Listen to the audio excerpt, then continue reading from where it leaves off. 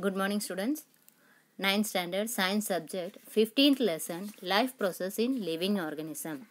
In last two videos we have seen what is the transportation of water in plants, and what is transpiration and transportation of food and other substances in plants, that we have seen in the last two videos.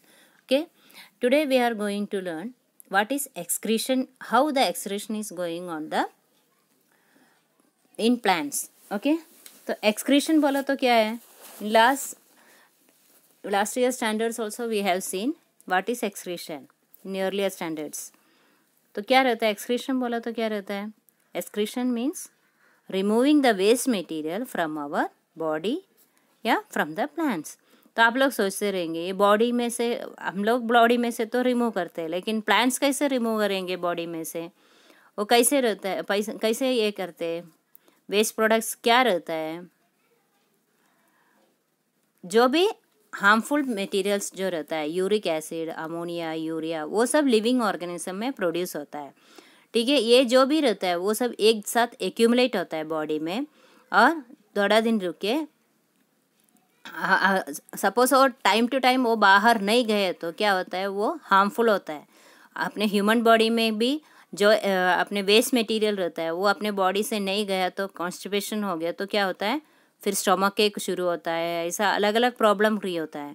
तो ये जो भी waste material रहता है वो remove करना बहुत ज़रूरी रहता है. ठीक है, तो different organism have different methods of doing this. तो अलग अलग ऑर्गेनिज्म में अलग अलग मेथड रहता है, एक्सक्रीशन का अलग अलग मेथड रहता है. और रिमूवल ऑफ वेस्ट और harmful substances from the body is called excretion. ये तो हम लोग देखा अभी. एक्सक्रीशन बोला तो क्या रहता है? रिमूवल ऑफ वेस्ट और harmful substances from the body. ठीक है, यूनिसेलुलर ऑर्गेनिज्म में वेस्ट मटेरियल जो रहता है डायरेक्ट एलिमिनेट होता है, सेल के थ्रू डायरेक्ट एलिमिनेट होता है. लेकिन द वाटी और सेलुलर ऑर्गेनिज्म में ये एक्सक्रीशन प्रोसेस जो रहता है थोड़ा सा कॉम्प्लिकेटेड रहता है. तो एक्सक्रीशन जो रहता है ये प्लांट्स में बहुत सिंपल रहता है. एनिमल्स को कंपेयर किया तो प्लांट्स में ये बहुत सिंपल रहता है. तो इसके लिए प्लांट्स के लिए स्पेशल ऑर्गन नहीं रहता है. एक्सक्रीशन के लिए प्लांट्स में स्पेशल ऑर्गन्स नहीं रहता है. और gaseous substances are given out by diffusion. जो गैसियस सब्सटेंस रहता है डिफ्यूशन के थ्रू वो बाहर निकलता है. And most of waste substances of plants are stored in vacuoles of leave cells and flowers, fruits and bark of the system. तो इसमें जो वेस्ट मटेरियल रहता है एक तो लीव्स में रहता है, फ्लावर्स में रहता है, फ्रूट्स में रहता है, नहीं ये तो जो स्टेम रहता है उसमें स्टोर किया हुआ रहता है. After some of this part are fall off, some other waste material are stored in old and born xylem in the form of resin and gum. तो जब लीव्स वो सब चले जाता है तो ये बाकी का वेस्ट मटेरियल होता है वो किस में स्टोर होता है? जो बर्न xylem रहता है. xylem बोला तो आपको पता है एक टिश्यू रहता है पानी लेके जाने का. वो पुराना हो गया, खराब हो गया, तो वो टिश्यू में भी ये क्या होता है, स्टोर हो जाता है वेस्ट मटेरियल. और उसमें से कैसे बाहर आता है?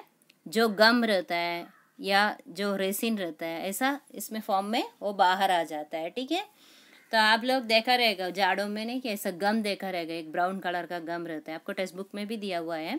एक गम जो रहता है वो उसके थ्रू वो बाहर वेस्ट मटेरियल जो रहता है वो बाहर फेंक देते हैं. ठीक है, आप लोग टेक्स्ट बुक में देखा तो 15.5 में दिया हुआ है गम और लैटेक्स. और जो रबर ट्री रहता है तो रबर ट्री में से कैसे बाहर फेंकते हैं वो वेस्ट मटेरियल? थ्रू रबर बोला था, लैटेक्स बोल के एक मटेरियल बाहर आता है और उसको बाद में प्रोसेस करके रबर बनाता है. ठीक है, तो इतना है समझ में सबको. Leave excretion in plants. तो प्लांट्स में एक्सक्रीशन कैसे होता है? In the form of leaves और फ्लावर्स, फ्रूट्स और बार्क. तो सूख जाने के बाद देखो ये लीव्स सूखने के बाद पत्ते नीचे गिर जाता है या फ्रूट्स जो रहता है वो नीचे गिर जाता है, ऐसा. और वैसे उसमें एक्सक्रीशन होता है. और ह्यूमन बीइंग्स में एक्सक्रीशन कैसे होता है? और ये जो भी प्लांट्स में से जो निकलता है वेस्ट मटेरियल वो ह्यूमंस के लिए बहुत यूजफुल रहता है. ठीक है, for example gum, resin and latex of rubber, ये सब ह्यूमन बीइंग्स क्या करते हैं, वो अलग अलग काम के लिए यूज़ करते हैं. ठीक है, now we will see excretion in human beings. Okay, excretion in human beings, आप लोगों को तो सबको मालूम है, एनएस बोल के एक पार्ट रहता है अपने बॉडी में, उसके थ्रू हम लोग एक्सक्रीशन करते हैं। तो लेकिन ये पहले हम लोग एक्सक्रीशन का पानी का कैसे रिमूव करते हैं वो देखो। There are different organ system in human body to remove the waste from our body, isn't it. तो जो डाइजेस्टिव सिस्टम रहता है डाइजेशन करता है, रेस्पिरेटरी सिस्टम क्या करता है, रेस्पिरेशन करता है, और जो डाइजेशन रहता है वो किसके लिए ये करते हैं, the process of digestion leading to energy production in an important process of our body. जो इम्पॉर्टेंट प्रोडक्शन रहता है डाइजेशन, उसमें से क्या होता है, एनर्जी प्रोड्यूस होता है। Various waste materials are form during this process, जब डाइजेशन होता है तो बहुत सारा वेस्ट मटेरियल प्रोड्यूस होता है। And removal of these waste materials from wastes from the body is very important and it is the excretory system that carries out this function। तो कौन सा सिस्टम ये फंक्शन करते हैं, जो रिमूवल वेस्ट मटेरियल रिमूव करते हैं वो कौन सा सिस्टम करते हैं, एक्सक्रीटरी सिस्टम ये फंक्शन करते हैं। ठीक है, आए समझ में। ह्यूमंस में जो एक्सक्रीटरी सिस्टम रहता है वो रिमूव करते हैं अपने बॉडी में से waste material. And human excretory system consists of pair of kidneys, pair of uterus, urinary bladder and urethra। ठीक है, ह्यूमन बॉडी का एक्सक्रीटरी सिस्टम में क्या क्या रहता है, 2 किडनी रहता है, 2 यूरेटस रहता है, और एक यूरिनरी ब्लैडर और एक यूरेथ्रा रहता है। तो इसमें प्रोडक्ट्स कौन सा रहता है, यूरिक एसिड रहता है, यूरिया रहता है, अमोनिया रहता है, ये सब एक्सक्रीटरी प्रोडक्ट्स रहता है ह्यूमन बीइंग्स में से। Okay, next.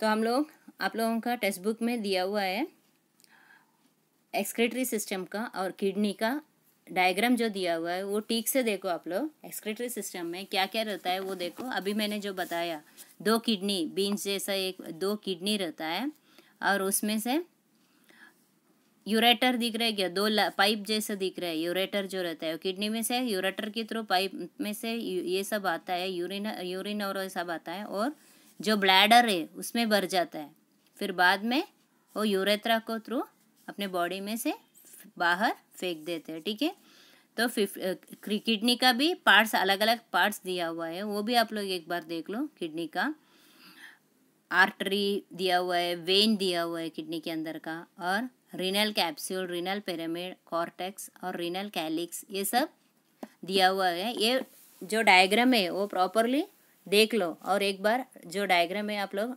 इसमें बुक में ड्रॉ करके भी कर लेना। ठीक है, ओके, बाय।